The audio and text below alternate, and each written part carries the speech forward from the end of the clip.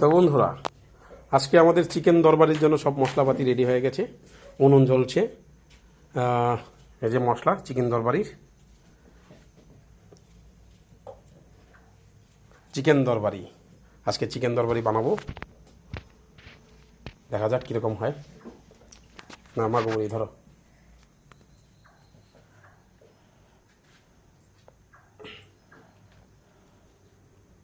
ওটা কাছে টমেটো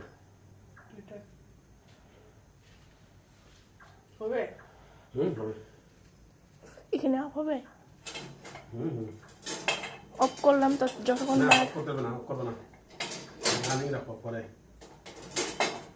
এই যে এখানে এখানে চিকেন দরবারি যতক্ষণ বার কাটা হয় যাও।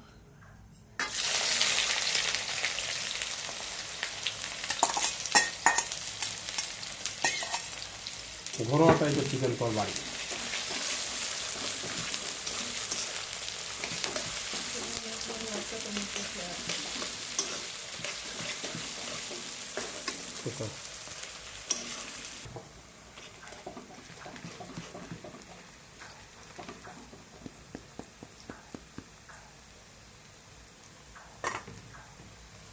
এই চিকেন দরবারির মশলা,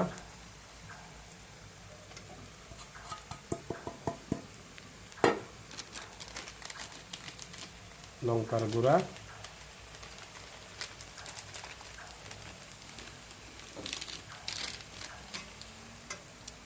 হলুদ গুঁড়া,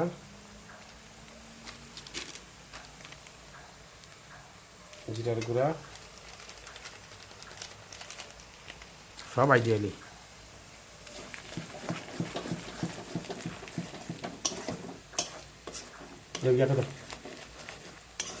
আদা রসুন পেস্টটা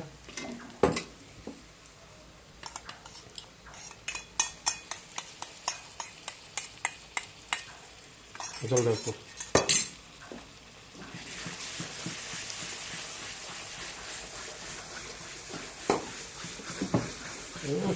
সেই সেন্ট দিতে গেছে লবণ।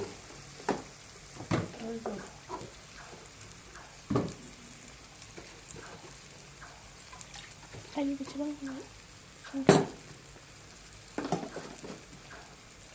টমেটো,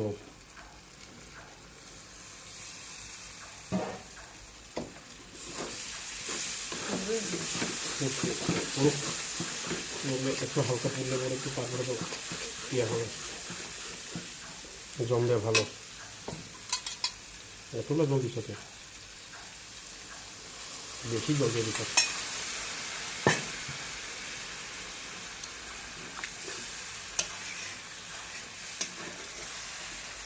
মশলা দিয়ে ভাত খাওয়া লাগে যে গন্ধ বাড়াইছে।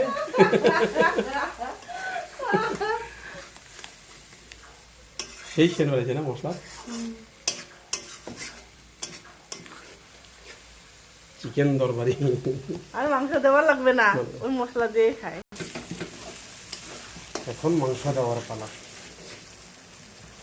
মশলা থেকে তেল ছাড়তেছে, এখন মাংস দেওয়ার পালা। মাংস দিলে তারপরে বাকিগুলা।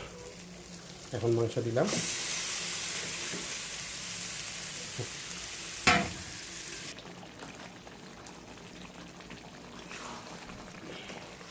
হালকা জল ছাড়া কষানোর পরে তারপরে জল দিয়ে একটু কষাইলাম। তো এখন শেষ যে মেন পার্ট চিকেন তরকারি, টক দই। এই যে টক দই দিচ্ছি, টক দই দিতে হবে।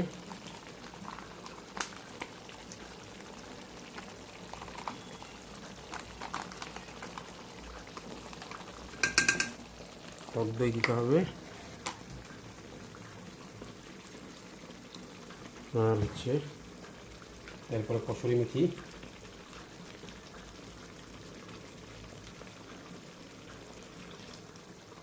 টক দই দিয়ে হালকা কষিয়ে নিয়ে তারপরে একটু জল বেশি করে দেওয়ার পরে সিদ্ধ হবে। তারপরে ফাইনাল টাচ আছে।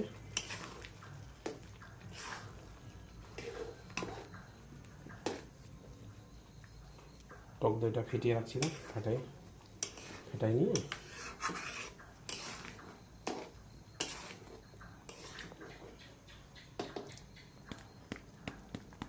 টক দই, এখন দেওয়া লাগবে জল,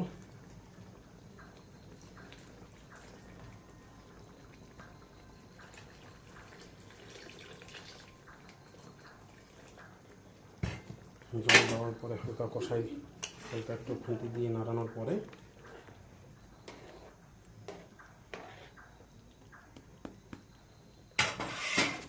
কসুরি মেথি দিতে হবে। কসুরি মেথি,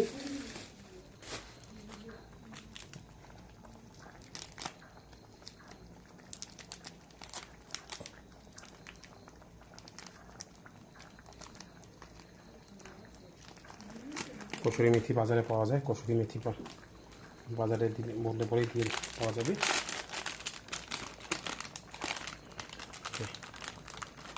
তারপর হবে এই যে কসুরি মেথি,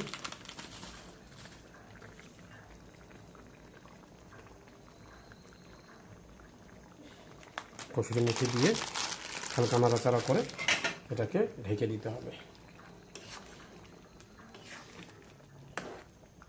তারপরে এরপরে ফাইনাল টাচ আছে, ফাইনাল টাচে এটা সিদ্ধ হইতে লাগবে, তারপরে ফাইনাল টাচ দিয়ে তারপরে আমাদের কসুরি মেথি রেডি হয়ে যাবে।